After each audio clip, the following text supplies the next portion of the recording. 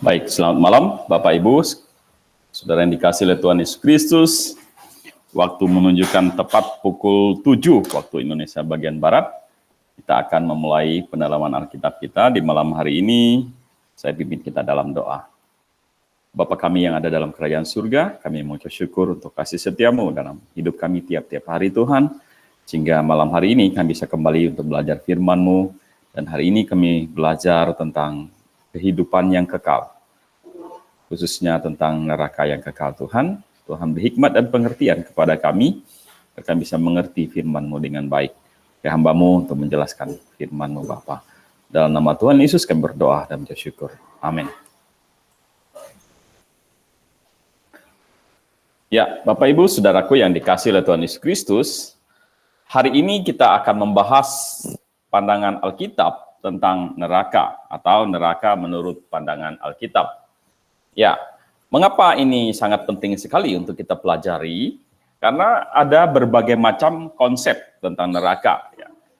Di dalam kekristenan, ya, minimal ada beberapa konsep ya, tentang neraka. Ya. Dan konsep itu akan mempengaruhi banyak hal. Saya katakan bahwa secara umum minimal ada 3, ada kelompok yang berkata bahwa sebenarnya neraka itu sesuatu yang hanya diciptakan untuk menakut-nakuti saja, sesuatu yang sebenarnya tidak ada, itu yang pertama. Yang kedua ada kelompok pandangan yaitu kelompok pandangan saksi Yehova, ya, berkata bahwa neraka itu sebenarnya tidak ada. Ya. Jadi neraka itu tidak ada, karena menurut mereka, pendiri mereka yaitu Charles Russell berkata bahwa Allah itu adalah Allah yang Maha Kasih. Allah yang Maha Kasih tidak mungkin ya, membiarkan orang masuk di neraka. Ya.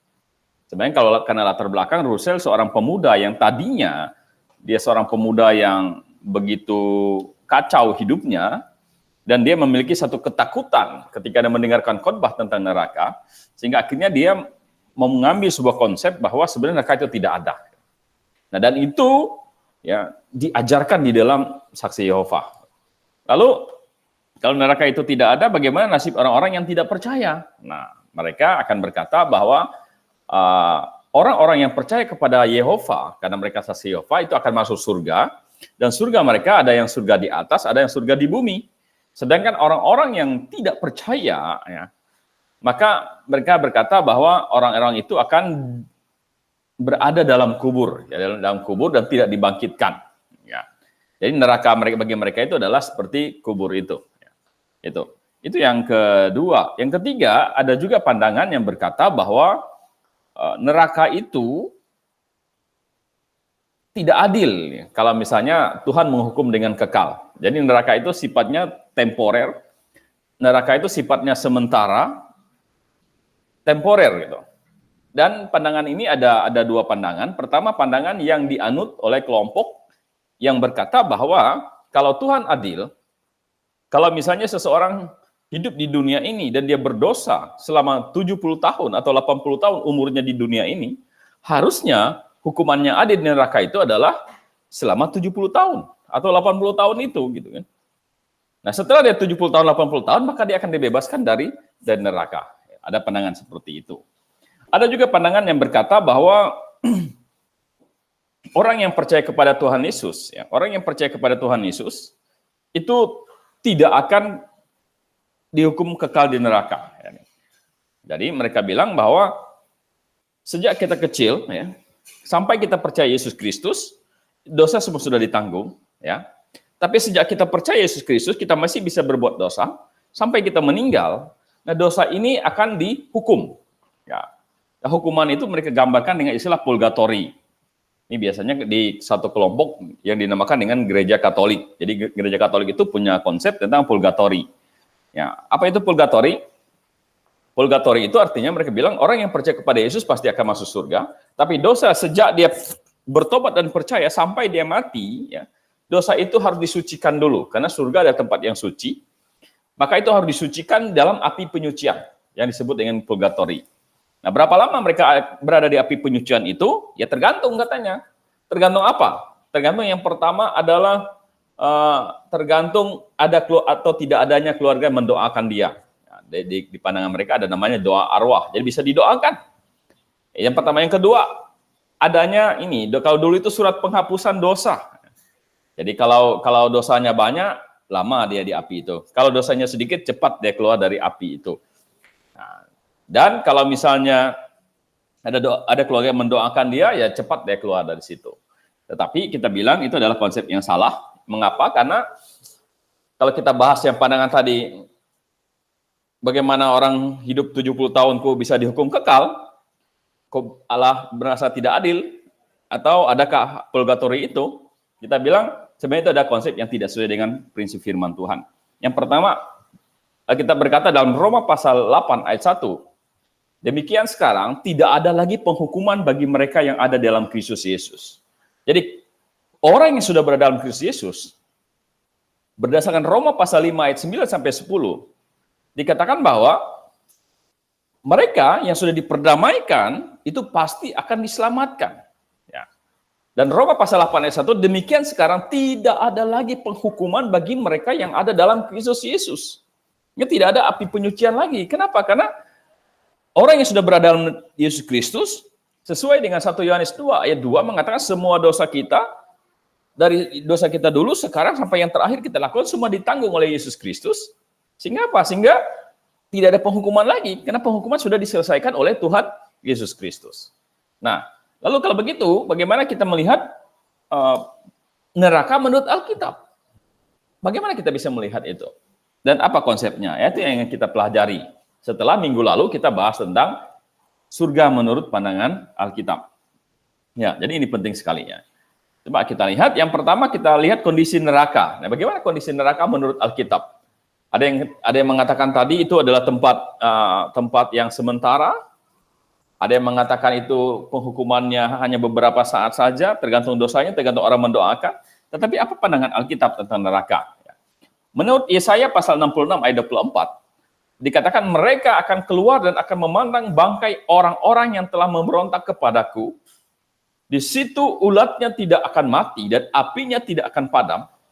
Maka semuanya akan menjadi kengerian bagi segala yang hidup. Nah, ini adalah gambaran atau kondisi neraka menurut Alkitab. Ya, dikatakan bahwa apinya tidak akan padam. Jadi neraka adalah api, ya, tempat yang penuh dengan api dan apinya tidak akan padam. Dan berapa lama tidak padamnya? Ya, di Alkitab mana selama-lamanya tidak akan padam. Ya, dan dikatakan bahwa maka semuanya akan menjadi kengerian bagi segala yang hidup.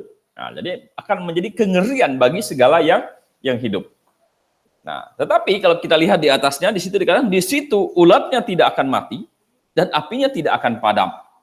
Jadi ketika saya membaca Yesaya pasal 66 ayat 24 ini, ya, di situ ada dikatakan ulatnya tidak akan mati. Sehingga ada orang berkata, kalau ulatnya tidak akan mati, jangan-jangan neraka itu tidak panas. Gitu. Mengapa dia tidak panas? Ya karena ulatnya tidak akan mati. Gitu. Bukankah ulat itu adalah binatang yang tidak kuat terhadap panas? Ya, kalau misalnya taruh di tempat yang panas, dia segera akan mati. Tetapi kenapa di situ dikatakan ulatnya tidak akan mati? Apakah berarti bahwa neraka itu tempat yang tidak panas? Mungkin tempat yang hanya seperti panasnya matahari hari ini? Atau seperti apa? Ya, kita bilang fase ulatnya tidak akan mati itu tidak sedang mengajarkan bahwa api neraka itu tidak panas. Tetapi ulatnya tidak akan mati itu mengajarkan kepada kita bahwa ada perbedaan ya, kondisi antara api dunia ini dengan api neraka. Artinya ada perbedaan kondisi seseorang yang masuk di api dunia ini dengan api yang ada di neraka. Ya. Maksudnya apa? Maksudnya begini, kalau misalnya hari ini kita berada di sebuah rumah, ya, baru saja kemarin di Balikpapan ada hotel yang terbakar. Ya, jadi kalau misalnya ada sebuah rumah dan kita berada di dalamnya, dalam kondisi ruangan tertutup, semua ruangan tertutup, dan tiba-tiba terjadi kebakaran yang hebat. Ya, jadi kebakaran, akhirnya kita juga terbakar, gitu. Kita terbakar. Kira-kira berapa lama kita mampu bertahan sampai kita mengalami kematian ketika kita terbakar oleh api yang ada di dunia ini. Atau misalnya seseorang yang disiram bensin, itu penuh tubuhnya, baru dibakar, gitu. Kira-kira berapa lama dia bertahan, merasakan sakitnya, merasakan panasnya api itu sampai dia mengalami kematian? Mungkin 5 menit, mungkin 10 menit, atau 15 menit, dan akhirnya dia meninggal. Gitu. Berarti penderitaan yang dia alami adalah ya 5 menit itu, 10 menit, atau 15 menit itu. Gitu. Dan setelah dia meninggal, walaupun dia terbakar, mungkin sampai hangus, bahkan mungkin sampai jadi abu, gitu kan, dia tidak merasakan apa-apa lagi. Gitu. Nah, itu adalah api dunia. Gitu. Jadi, kena api dunia, hanya sampai dia meninggal sudah tidak rasa apa-apa lagi. Dan api dunia membawa kepada kematian. Gitu. Tetapi, ulatnya tidak akan mati, itu mengajarkan kepada kita bahwa api neraka, ya, walaupun seseorang dicemplungkan ke dalam api itu, dan api itu panas sekali, gitu, gitu. Tetapi orang yang ada di dalamnya itu bagaikan ulatnya tidak akan mati, gitu. Jadi orangnya tidak akan mati. Kalau mati ya enak, cepat, tidak merasakan apa-apa. Tetapi api neraka itu, ya, dikatakan ulatnya tidak akan mati, itu menggambarkan bahwa di sana ada kehidupan yang tanpa kematian, gitu. Tetapi kehidupan tanpa kematian dalam kondisi berada dalam api yang terus menyala, tidak akan padam-padam. Ya. Makanya di ayat selanjutnya mengatakan, maka semuanya akan menjadi kengerian bagi segala yang hidup. Nah, jadi Bapak Ibu Saudaraku yang dikasihi oleh Tuhan Yesus Kristus, neraka adalah api kekal. Neraka adalah tempat di mana api menyala dan orang yang dicemplungkan ke dalamnya, dia tidak akan mati-mati, sehingga menjadi kengerian bagi segala yang hidup. Yaitu kondisinya menurut Alkitab. Ya. Kalau kita baca lagi dalam Wahyu, ya pasal 14 ayat 10 sampai 11, ini juga ayat yang berbicara kepada kita tentang neraka. Ya. Dikatakan, maka ia akan minum dari anggur murka Allah yang disediakan tanpa campur dalam cawan murkanya, dan ia akan disiksa dengan api. Ya, jadi dia disiksa. Jadi neraka ada tempat siksaan. Siksaan dengan apa? Dengan api dan belerang. Jadi apinya itu diperpanas lagi dengan apa? Dengan belerang. Ya, dipicu panasnya dengan belerang. Di depan mata malaikat-malaikat kudus dan di depan mata anak domba. Jadi anak domba itu adalah Yesus Kristus. Malaikat-malaikat kudus adalah malaikat-malaikat yang tidak jatuh ke dalam dosa. Dan dikatakan maka asap api yang menyiksa mereka itu naik ke atas sampai selama-lamanya. Nah, jadi ini juga mengajarkan kepada kita bahwa neraka adalah tempat yang kekal. Dikatakan, asap api menyiksa mereka sampai selama-lamanya. Selama-lamanya dan selama-lamanya. Jadi apa yang dimaksud dengan selama-lamanya? Yang dimaksud dengan selama-lamanya, ini artinya bahwa tidak ada batas waktu. Ini adalah kekal. Jadi ketika seseorang tidak percaya kepada Yesus Kristus, dan harus masuk di dalam neraka, maka dia menggunakan tubuh kemuliaan. Sama seperti tubuh orang percaya dibangkitkan menggunakan tubuh kebangkitan, dia juga akan menggunakan tubuh kebangkitan. Dan tubuh kebangkitan adalah tubuh yang bisa merasakan panasnya api itu. Tetapi ketika dicemplungkan ke dalam api neraka, dia tidak akan mati-mati, dan tidak akan mati-mati, dan terus dibakar, seberapa lama? Berapa lama? Selama-lamanya, dan selama-lamanya. Jadi tidak ada batas waktu. Saya sering katakan begini, kalau misalnya seseorang dihukum 100 tahun, oh kamu dihukum 100 tahun. Nah kalau 100 tahun kamu dihukum, berarti masih ada harapan. Harapannya apa? Ketika Anda masuk di tahun 99, ya, berarti 1 tahun ke depan, Anda akan bebas. Atau orang bilang, oh kamu dihukum 1000 tahun.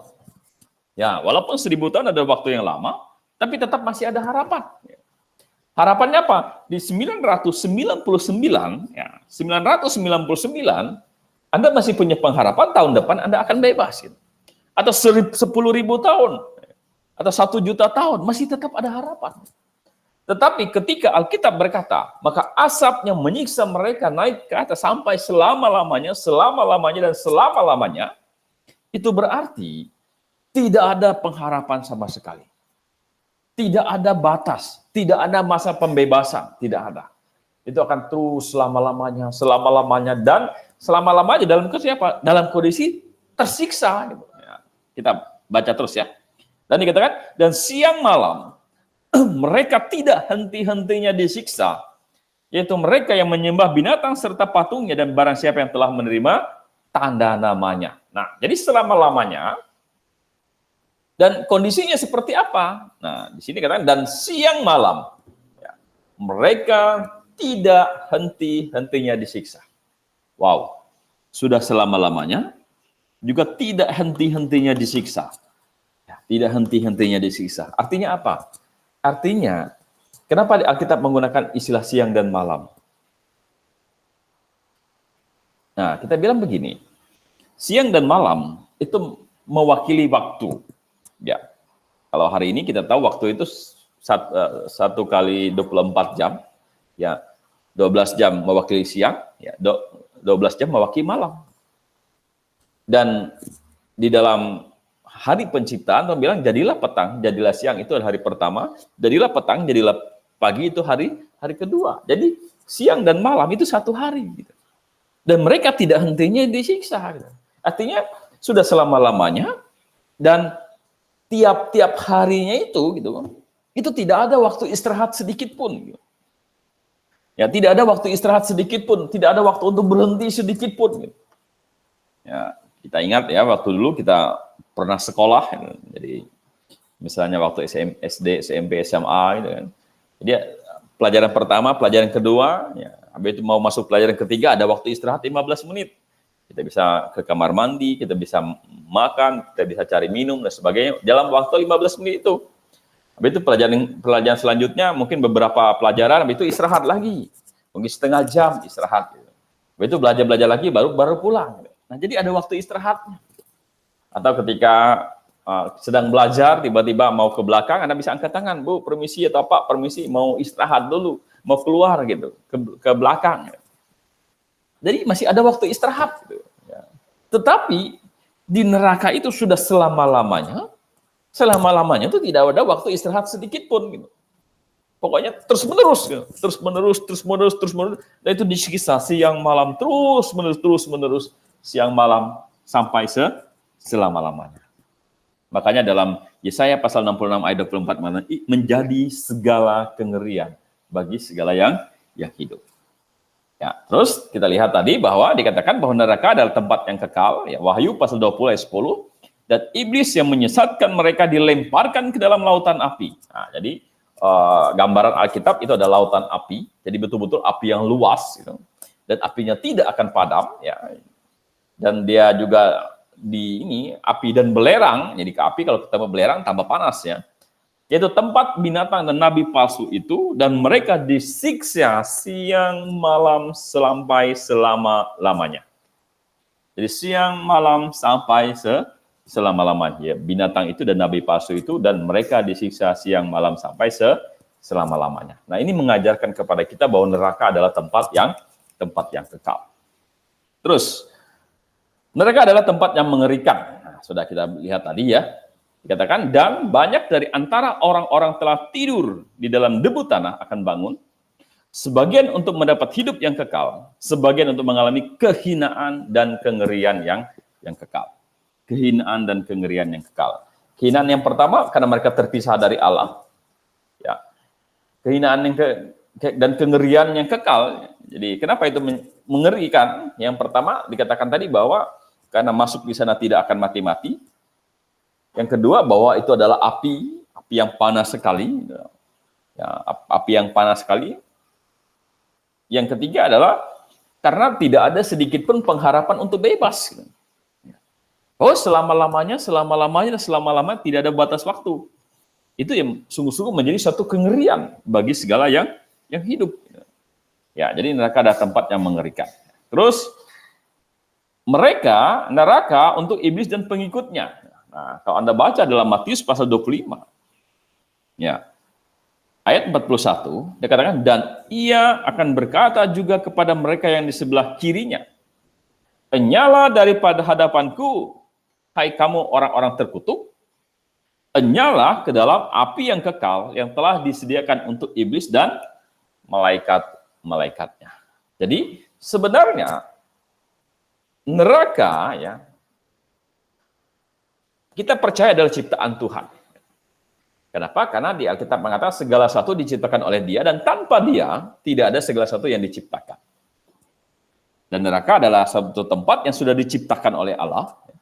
Ya. Dan diciptakan untuk apa? Ya. Kalau kita baca di sini dikatakan bahwa nyala ke dalam api yang kekal yang telah tersedia untuk iblis dan malaikat-malaikatnya. Jadi Allah sebenarnya merancangkan neraka adalah untuk iblis dan malaikat-malaikatnya. Iblis siapa? Ya Lucifer dan anak buah-buahnya yang memberontak kepada Allah. Gitu. Tapi kan iblis dan malaikat-malaikatnya kan tidak puas kalau hanya mereka saja yang akan masuk neraka. Sehingga dia menggoda sebanyak mungkin orang ya, untuk ikut bersama dia menentang Allah. Sebanyak mungkin orang untuk ikut dia, jangan percaya kepada Allah. Nah, dan apa makna yang kita bisa pelajari di sini? Makna yang kita bisa pelajari di sini adalah Anda bayangkan iblis dan malaikat-malaikatnya adalah makhluk roh. Sedangkan manusia adalah makhluk daging. Jadi apinya itu dipanaskan ya, untuk kapasitas makhluk roh. Ya, rohnya itu kepanasan oleh panas itu. Gitu. Ya, dia bayangkan kapasitas apinya dipanaskan untuk makhluk roh, tetapi dimasukkan oleh manusia yang tidak percaya kepada Allah, yaitu makhluk daging. Gitu. Makanya itu panasnya akan lebih mengerikan lagi. Gitu. Ya, roh aja kepanasan, ya apalagi yang dimasukkan oleh manusia yang punya daging. Nah, kenapa? Karena awalnya memang untuk iblis dan malaikat-malaikatnya. Tetapi mereka berusaha untuk menggoda manusia untuk menentang Allah. Jangan percaya kepada Allah. Ya, dan akhirnya orang-orang yang ikut dengan dia akan dicemplungkan juga ke dalam neraka. Dan neraka untuk iblis dan pengikut-pengikutnya. Nah, dikatakan bahwa neraka adalah tempat sisaan yang kekal. Nah, ini sudah kita bahas tadi, ya. Dan mereka ini akan masuk ke tempat sisaan yang kekal, tetapi orang benar ke dalam hidup yang kekal. Jadi orang benar, kita sudah bahas minggu kemarin, akan mendapatkan hidup yang kekal, tapi orang yang tidak benar akan mengalami siksaan yang kekal. Sama-sama kekal. Nah, jadi sama-sama kekal. Makanya sebenarnya di Matius 25 ayat 46 ini mengajarkan kita banyak hal. Mengajarkan kita yang pertama adalah di mata Tuhan hanya ada dua kelompok manusia. Ya, saya ulangi ya. Di mata Tuhan hanya ada dua kelompok manusia. Kalau di mata manusia hari ini manusia bisa mengelompokkan orang dengan berbagai macam kelompok, berbagai macam kategori. Ya. Tetapi di mata Tuhan cuma ada dua kategori kelompok manusia. Kalau manusia kelompokkan orang berdasarkan apa? Ada yang dikelompokkan berdasarkan orang kaya, orang miskin. Ya, orang terpelajar, orang yang tidak terpelajar. Ya. Orang yang ini apa? Pejabat, rakyat biasa. Ada banyak pengelompokan. Ya. Tetapi Alkitab hanya mengelompokkan ada dua kelompok orang. Yang pertama adalah dan mereka ini akan masuk ke tempat siksaan yang kekal, tetapi orang benar ke dalam hidup yang kekal. Jadi orang benar akan mengalami hidup yang kekal, tapi orang yang tidak benar akan mengalami siksaan yang kekal. Maka di mata Tuhan hanya ada dua kelompok orang, orang yang benar dan orang yang tidak benar. Nah, coba saya akan bacakan di Yohanes pasal 3, ya, ayat 18, ya, bahwa pengelompokan itu berdasarkan apa? Nah, di mata Tuhan hanya ada dua kelompok orang. Saya akan bacakan Alkitab saya. Dikatakan begini, barang siapa percaya kepadanya, ia tidak akan dihukum. Barang siapa tidak percaya, ia telah berada di bawah hukum. Sebab ia tidak percaya dalam nama Anak Tunggal Allah. Jadi di mata Tuhan hanya ada dua kelompok orang. Yang pertama, orang yang percaya maupun orang yang tidak percaya. Orang yang tidak percaya sudah berada di bawah hukum. Orang yang percaya, dia tidak akan dihukum. Nah, jadi di mata Tuhan hanya ada dua kelompok orang. Orang percaya dan orang yang tidak percaya. Nah, pertanyaannya adalah, kita kira-kira ada di kelompok mana? Apakah kita termasuk orang yang percaya kepada Tuhan? Atau orang yang tidak percaya? Apakah kita termasuk orang yang benar? Atau orang yang tidak benar? Kalau kita orang benar, kita akan mendapat hidup yang kekal. Kalau kita orang tidak benar, kita akan mengalami siksaan yang kekal. Ya, makanya saya katakan bahwa dalam hidup ini, ya, dalam hidup ini banyak hal yang bisa kita lakukan. Ya. Dalam hidup ini banyak hal yang bisa kita kejar. Kita mungkin bisa mengejar cita-cita kita bisa mengejar mimpi-mimpi kita. Kita juga mungkin bisa beraktivitas untuk kehidupan kita, mencari ekonomi dan sebagainya, untuk keluarga dan anak-anak kita. Tetapi, jangan pernah kita mengabaikan ada satu titik, ya, ada satu titik dalam hidup kita yang perlu kita perhatikan adalah perkara rohani.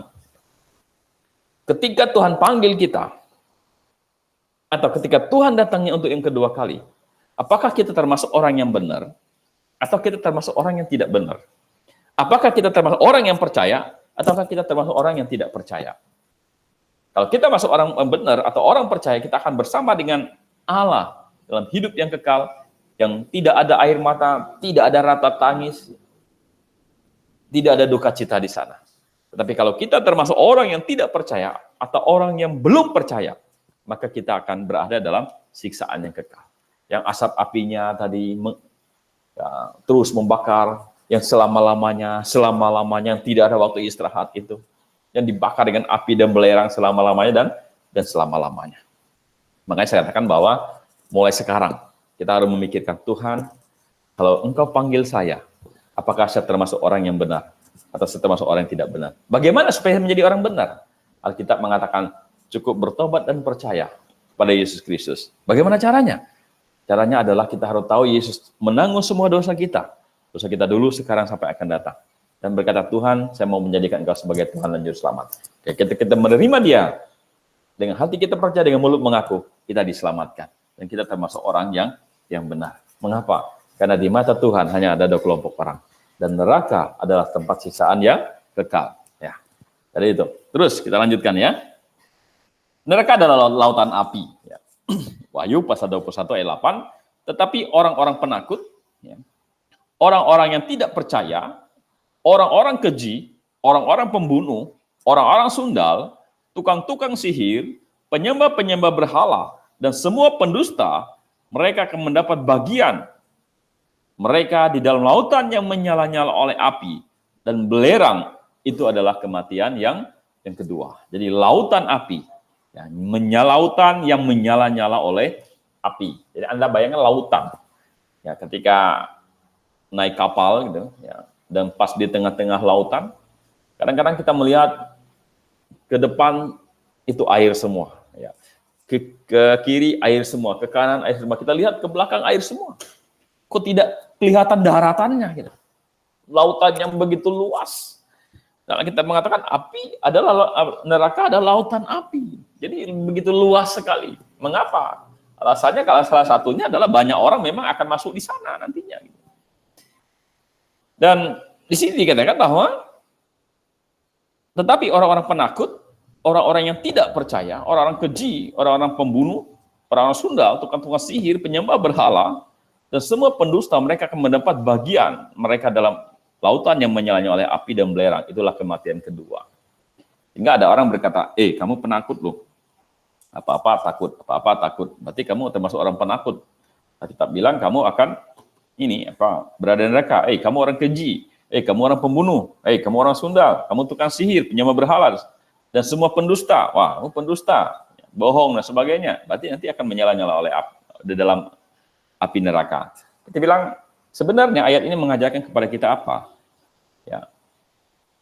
Bukan berarti semua orang penakut masuk neraka, bukan berarti semua pendusta masuk neraka. Ya. Pendusta kan berbohong, berarti sekali kamu berbohong akan masuk neraka. Tidak.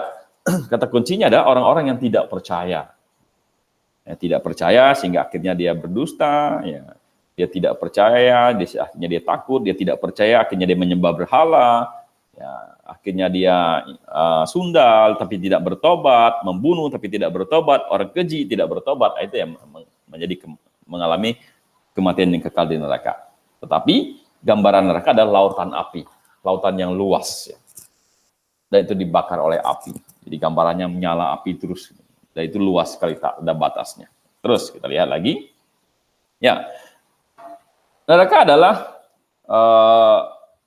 punya tempat penampungan sementara. Ya, kalau Anda baca di dalam Alkitab ada namanya Hades, ada namanya Seol. Jadi Hades dan Seol adalah tempat penampungan sementara. Nah, maksudnya apa ini? Nah, Bapak Ibu Saudaraku yang dikasih oleh Tuhan Yesus Kristus, kalau Anda ikut pembahasan kita dalam sejak awal, maka kita menemukan ada namanya Seol dalam bahasa Ibrani, ya, atau Hades di dalam bahasa Yunani. Dan itu adalah sering diartikan alam maut, sering diartikan diterjemahkan dengan neraka, ya. Sering diterjemahkan dengan apa? Tempat sementara. Ya. Jadi lalu ini maksudnya apa? Ya. Nah, kalau Anda baca kitab Wahyu, ya, ini disebut dengan alam maut, ada juga. Atau kalau Anda baca kitab Lukas, ya, Lukas pasal 16, di mana di situ diperlihatkan ya antara Lazarus dengan orang kaya. Saya akan bacakan bagi kita ya. Lukas pasal 16 ayat 24 sampai 26. Lalu ia berseru katanya, Bapak Abraham, kasihilah aku. Suruhlah Lazarus supaya ia mencemplungkan ujung jarinya ke dalam air dan menyejukkan lidahku. Sebab aku sangat kesakitan dalam nyala api ini. Tetapi Abraham berkata, anak, ingatlah bahwa engkau telah menerima segala yang baik sewaktu hidupmu, sedangkan Lazarus segala yang buruk. Sekarang ia mendapat hiburan dan engkau sangat menderita. Selain daripada itu, di antara kami dan engkau terbentang jurang yang tak terseberangi, supaya mereka yang mau pergi dari sini kepada kamu, atau mereka yang mau datang dari situ kepada kami, tidak dapat menyeberang. Nah, Bapak Ibu Saudaraku yang dikasih oleh Tuhan Yesus Kristus, kalau kita lihat, ini adalah kisah nyata. Ada namanya Lazarus, ada orang kaya. Lazarus hidupnya miskin, susah. Orang kaya ini hidupnya penuh kenyamanan. Tetapi bukan karena dia susah masuk surga baru kaya masuk neraka, bukan. Lazarus orang yang percaya kepada Tuhan, orang kaya ini dia tidak percaya kepada Tuhan. Intinya dua-duanya sama-sama mati. Dua-duanya sama-sama mati. Tetapi dua-duanya berada pada tempat yang berbeda. Yang satunya, ya, dia bilang, sebab aku sangat kesakitan dalam nyala api. Yang satunya sudah berada dalam nyala api. Yang satunya duduk di pangkuan, yang satunya berada di pangkuan Abraham. Dan kelihatannya si orang kaya ini bisa melihat. Gitu. Dia bisa melihat, dia bilang, suruhlah Lazarus supaya mencelupkan ujung jarinya ke dalam air dan menyejukkan lidahku. Sebab aku sangat kesakitan dalam nyala api ini. Nah, dia bilang, Bapak Abraham bisa minta tolong enggak? Maksudnya kasih apa? Kasih minum lah. Gitu. Kalau pun enggak bisa, ya walaupun cuma secelup air di jarinya Lazarus baru taruh ke lidahku. Aku sangat kesakitan dalam nyala api ini. Bapak Abraham enggak bisa, kata Bapak Abraham. Karena yang dari sini enggak bisa ke sana, yang dari sana tidak bisa ke sini. Ada jurang yang memisah di antara semuanya itu. Nah, ini menggambarkan kepada kita bahwa ada satu kondisi di mana orang-orang yang percaya, mereka berada di satu tempat yang indah, belum surga, belum, ya. Tetapi orang-orang yang tidak percaya, mereka apa? Mereka berada di dalam nyala api, gitu. Tapi masih bisa saling melihat. Jadi gambarannya kayak ada satu tempat yang bisa dibagi dua, gitu. Ya, bagi dua, tapi berdekatan, bisa saling melihat, tetapi kondisinya berbeda. Nah, itulah yang disebut dengan tempat penampungan sementara. Ini belum neraka, belum. Ini disebut dengan alam maut atau kerajaan maut. Artinya apa? Artinya bahwa sebelum Yesus Kristus mati, ya, sebelum Yesus Kristus mati, orang-orang percaya zaman Perjanjian Lama, mereka, ya, orang-orang percaya zaman Perjanjian Lama, mereka masih berada di satu tempat yang di Hades atau di Seol, dan itu dibagi menjadi dua. Ya, orang yang percaya kondisinya enak, nyaman, tapi orang yang tidak percaya kondisinya sudah berada dalam nyala api. Nah, tetapi setelah Yesus Kristus bangkit dan dia naik ke surga, maka Alkitab mengatakan hari ini tiap-tiap orang yang percaya kepada Tuhan, kalau dia mati, rohnya langsung ke surga. Ya, jadi hari ini tiap-tiap orang yang mati, yang mati, kalau dia percaya, rohnya langsung naik ke surga. Nah, dari mana kita tahu ayat itu? Ya, kita bisa lihat di dalam kitab Pengkhotbah. Coba kita lihat kitab Pengkhotbah. Ya, Pengkhotbah pasal 12 ayat yang ke-7, dan debu kembali menjadi tanah seperti semula, dan roh kembali kepada Allah yang mengaruniakan. Ya, debu, tubuh kita kembali menjadi debu, roh kita langsung kembali kepada Allah. Terus di mana lagi ayat yang mengajarkan kepada kita bahwa kalau hari ini orang percaya mati, dia langsung berada di surga? Ada dalam Filipi pasal 1, ya, ini adalah ayat yang sangat terkenal, dari ayat 21 sampai dari ayat 20 sampai 21, 22 dan 23. Saya akan bacakan bagi kita. Ini Rasul Paulus ya. Sebab yang sangat kurindukan dan kuharapkan ialah bahwa aku dalam segala hal tidak akan beroleh malu, melainkan seperti sedia kala. Demikian pun sekarang, Kristus dengan nyata dimuliakan di dalam tubuhku, baik oleh hidupku maupun oleh matiku. Karena bagiku hidup adalah Kristus. Jadi Paulus bilang, kalau aku hidup untuk Kristus, tapi kalau aku mati, untung. Wow, aku bingung katanya, mau hidup atau mau mati? Kalau aku hidup untuk Kristus, kalau aku mati, untung bagiku. Kenapa untung? Ya, ayat 2, tetapi jika aku harus hidup di dunia ini, itu berarti bagiku bekerja memberi buah. Jadi kalau aku hidup, bekerja untuk memberi buah. Jadi mana yang harus kupilih? Aku tidak tahu. Aku didesak dari dua pihak. Aku ingin pergi dan diam bersama dengan Kristus. Dia bilang kalau aku mati, kata Paulus, maka rohku akan diam bersama dengan Kristus. Kristus di mana sekarang? Nah, baru saja kita akan memperingati kebangkitan Yesus Kristus. Habis itu kita memperingati kenaikan Yesus Kristus ke surga. Yesus Kristus berada di surga, pas bilang, aku didesak dari dua pihak. Aku ingin pergi dan diam bersama-sama dengan Kristus. Jadi orang yang percaya kepada Yesus Kristus hari ini, ya, mereka akan kalau mati langsung berada di surga. Ya, diam bersama dengan Kristus di surga. Ya, jadi dari sini kita bisa melihat bahwa orang-orang yang tadinya percaya perjanjian lama, dan orang-orang tidak percaya berada di satu tempat yang disebut dengan Hades atau Sheol. Dan itu terbagi menjadi dua dan kondisinya bisa saling melihat. Ya, tetapi ya sejak kebangkitan Yesus Kristus dan dia naik ke surga, rohnya itu langsung berada di surga. Ya, jadi nanti dia akan berada di surga. Yaitu orang-orang yang mati hari ini langsung berada di surga. Nah, orang tidak percaya gimana? Mereka tetap berada di dalam nyala api itu, di alam maut itu, atau kerajaan maut atau alam maut itu. Ya. Nah, dari sini kita bisa lihat itu ya. Jadi bahwa sebelum neraka, orang yang tidak percaya hari ini, ya, mereka berada di alam maut. Tapi alam maut itu sudah nyala api. Gitu. Ya. Makanya kalau kita belajar kemarin, dikatakan bahwa orang-orang zaman perjanjian lama mati, belum dibangkitkan. Ya. Tapi orang-orang yang percaya zaman gereja, yang mati, yang tidak percaya zaman gereja, akan berada di alam maut itu, di Hades atau Sheol itu, tapi yang tempat yang ada nyala apinya. Tetapi mereka juga belum dibangkitkan.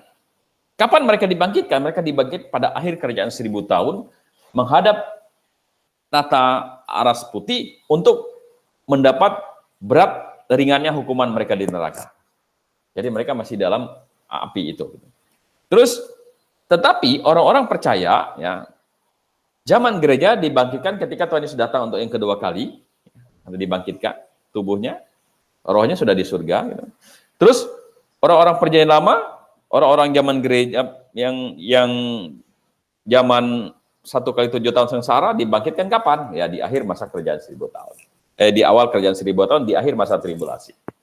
Nah, jadi dulu ada tempat penampungan sementara untuk orang-orang percaya. Sekarang sudah tidak ada lagi, tapi masih ada tempat penampungan sementara yang disebut dengan Hades atau Sheol bagi orang-orang yang tidak percaya, masih api. Gitu. Dan Alkitab mengatakan, coba kita lihat dalam Wahyu pasal 20, Wahyu pasal 20, ya. Saya baca ayatnya 13, maka laut menyerahkan orang-orang mati di dalamnya dan maut dan kerajaan maut. Ya.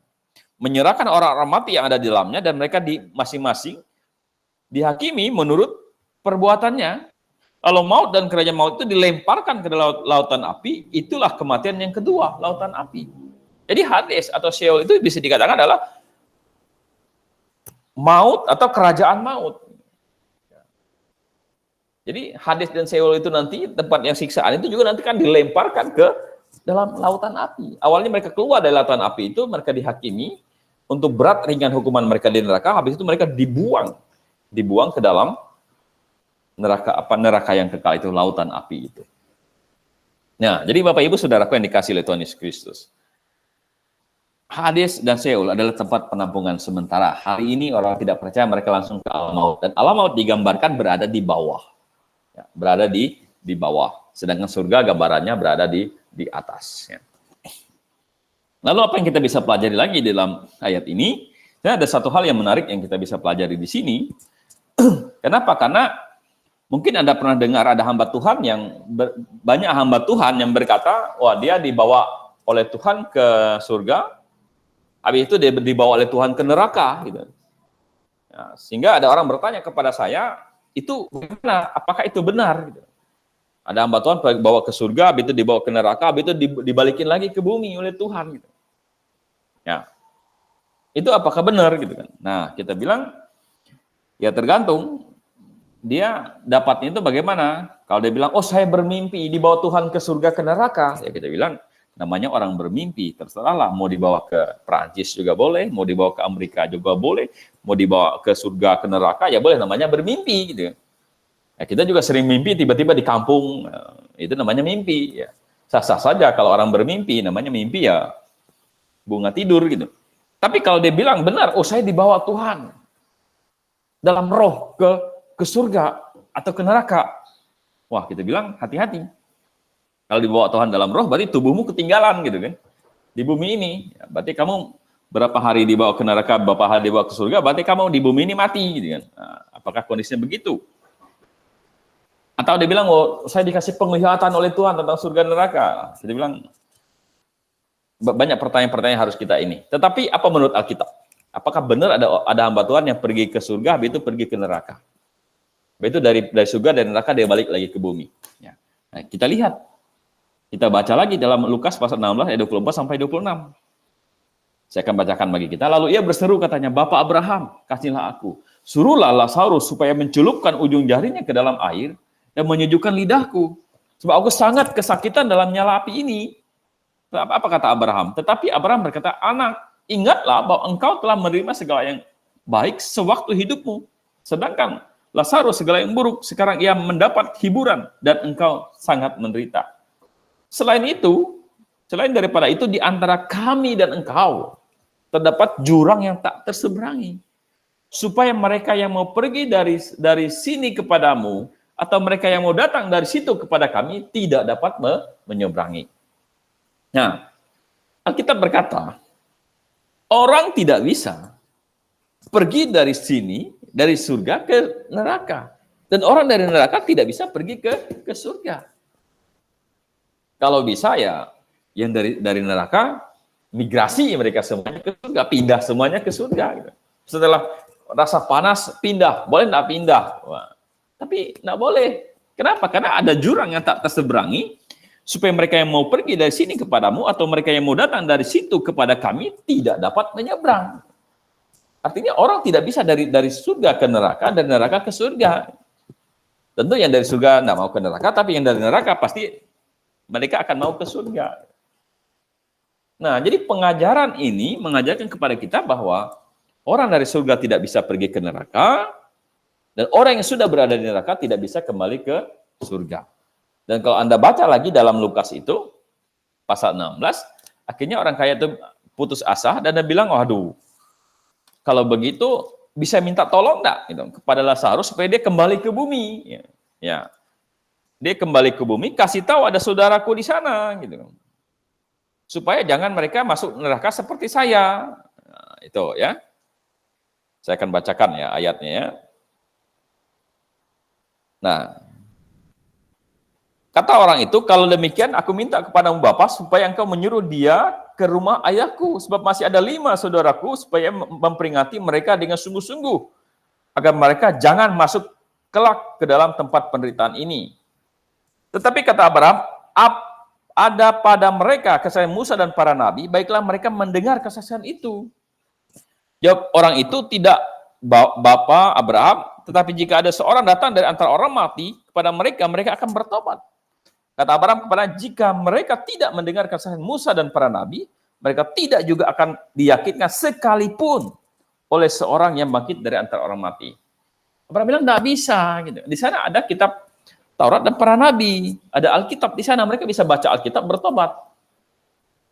Oh, enggak bisa. Orang kaya bilang enggak bisa. Saya sudah tahu mereka itu, mana mereka mau percaya. Tapi kalau ada orang dari orang mati kembali lagi ke dunia, kasih tahu mereka, baru mereka bertobat.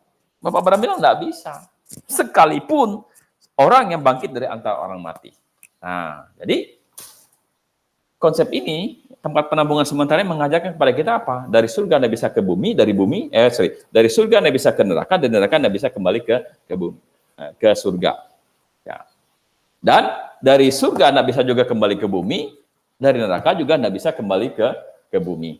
Nah ini makanya saya bilang menjawab pertanyaan tadi, ada banyak hamba Tuhan yang berkata, oh saya dibawa oleh Tuhan ke surga. Oh saya diperlihatkan dengan surga terang, katanya tahta Allah gitu. Oh saya dibawa ke neraka gitu. Oh neraka mengerikan katanya. Kenapa mengerikan? Itu apinya membakar, badan orang meleleh katanya, meleleh, tapi itu sembuh lagi, meleleh, sembuh lagi.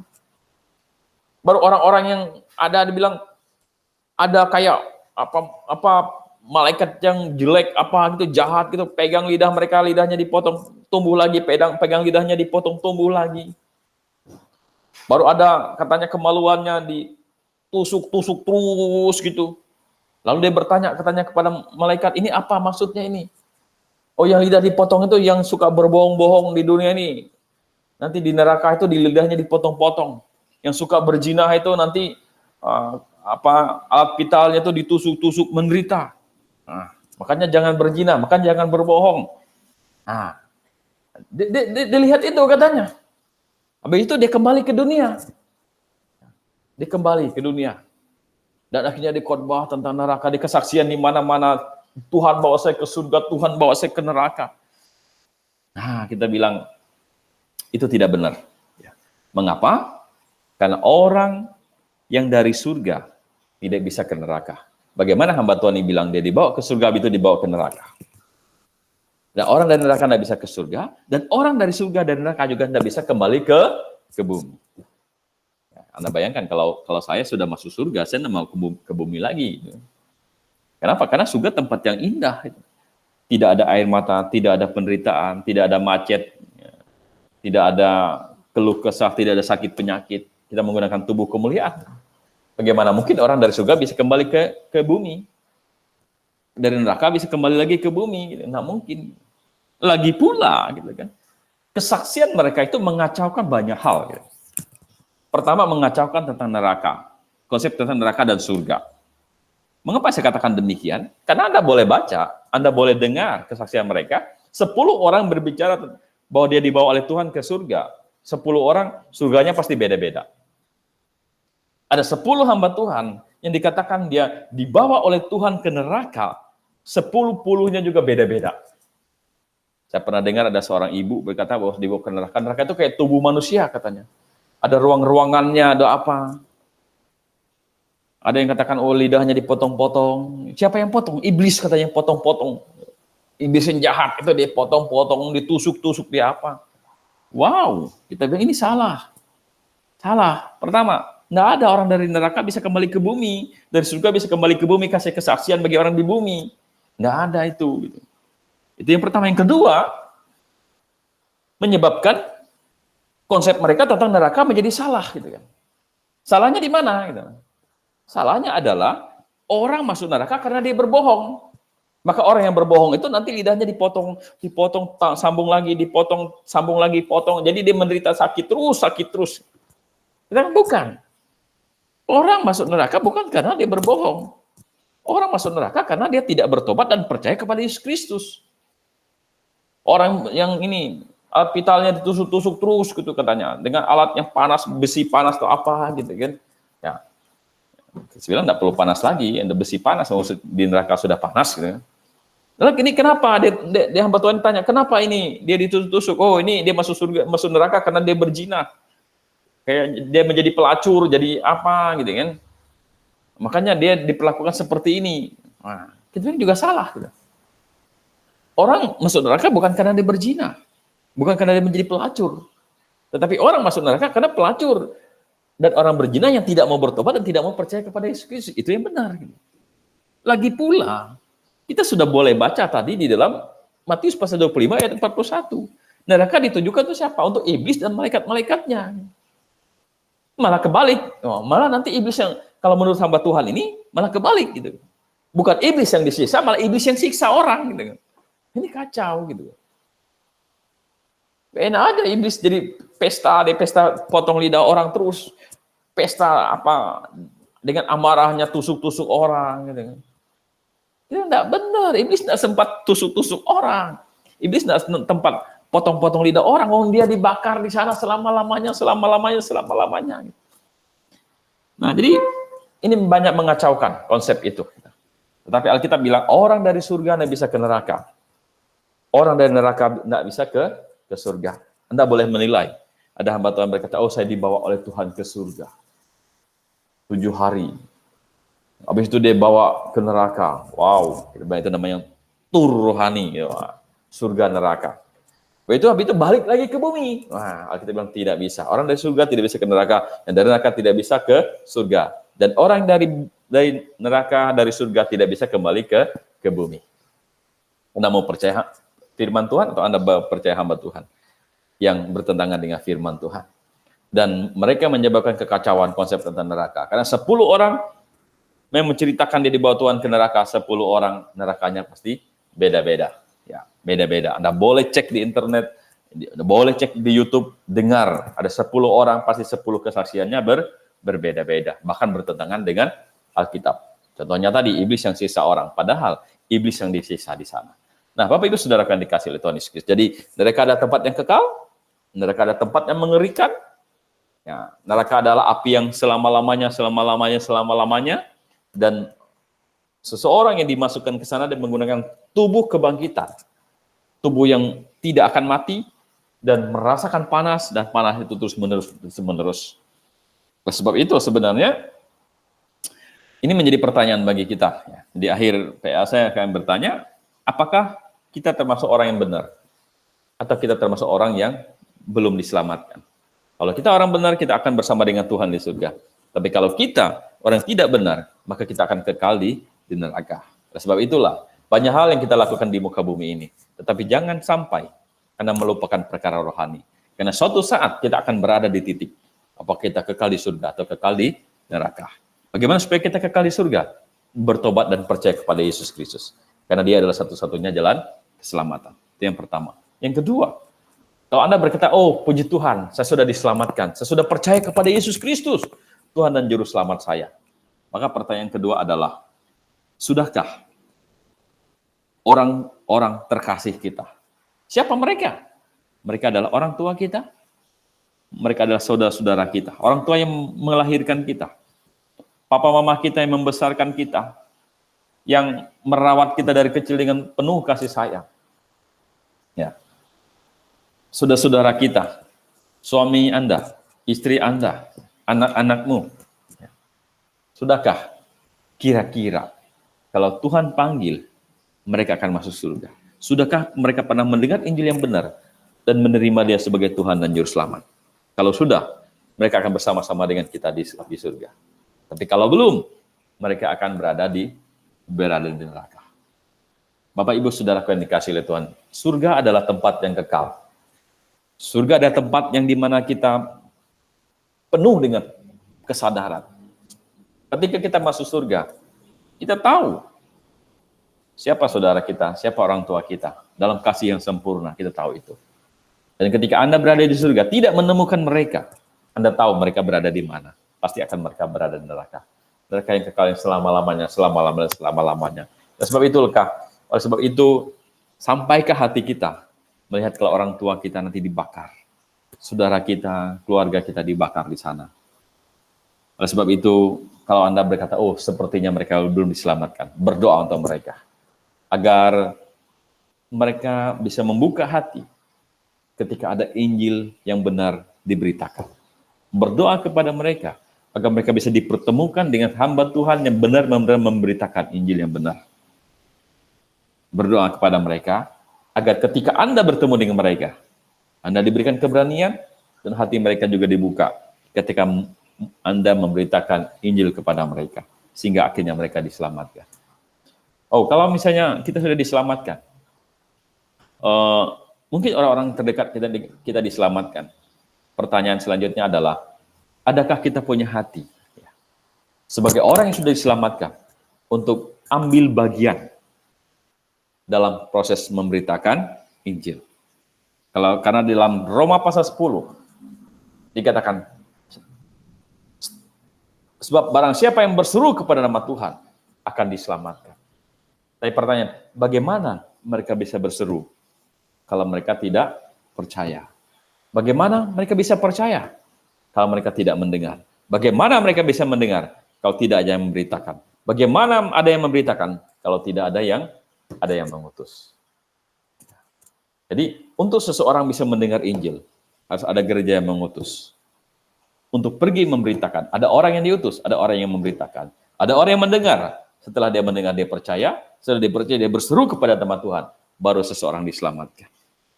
Bisakah Anda berkata, Tuhan, seperti Yesaya berkata, Tuhan ini aku Tuhan.